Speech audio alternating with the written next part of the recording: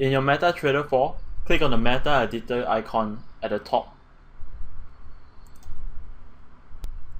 If you have downloaded and placed the EA in the correct folder, you should be able to find it in your experts folder. Here it is. What we're looking for is C1 basic EA template. It should be in this folder. Open data folder, MQL4, experts. This is where you should put the code that you downloaded from GitHub. Double click on the code, and this is what you should be looking at. Close the navigator and the toolbox window to give ourselves a bit more space to work with.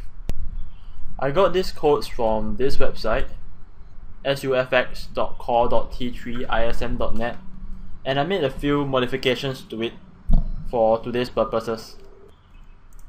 Alright, so let's take a look at this. We know that there are 4 parts to a EA. The first is the setup, followed by the init, the de-init, and lastly the start portion. So if you scroll down, you should see something familiar. You should see your start, de-init, your init. Here is the setup. The setup is the portion here onwards. In the later videos, we will go through what each of these mean, so you don't have to worry so much about it right now. Let's move on to the init. When an EA is executed, it will run this portion.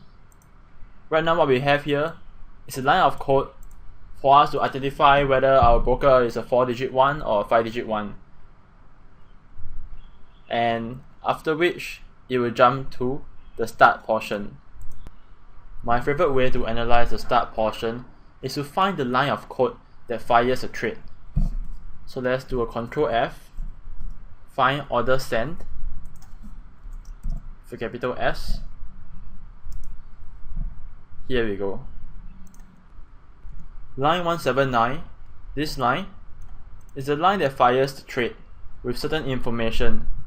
All these words that you see here, symbol, OP buy, lots, ask, these are variables and these represent certain kind of value and information. So to read this, I'll be looking at, okay, fire an order with the current symbol, and long, buy this amount of lots at the ask price, so on and so forth. The question now is, when do we fire this order?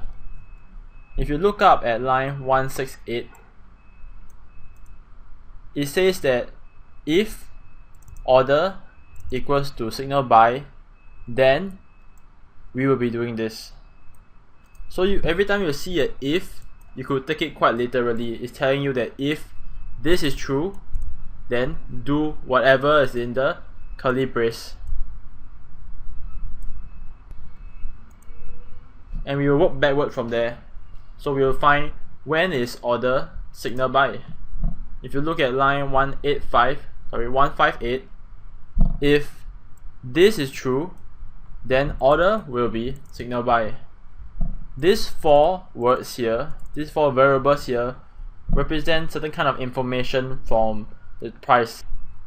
It says that when this is less than this, and this is more or greater than this, then we will have a buy signal. We won't go into detail on what these 4 things mean. We will look into that when we code our first trading robot. Similarly, to enter a short trade, this has to be true. And if this is true, order becomes signal sell. Scroll down to line 193. If order is signal sell, then run this portion, which entails running line 204, order send, but it's a OP sell signal instead of a buy one. This summarizes how the code implements the entry portion of it.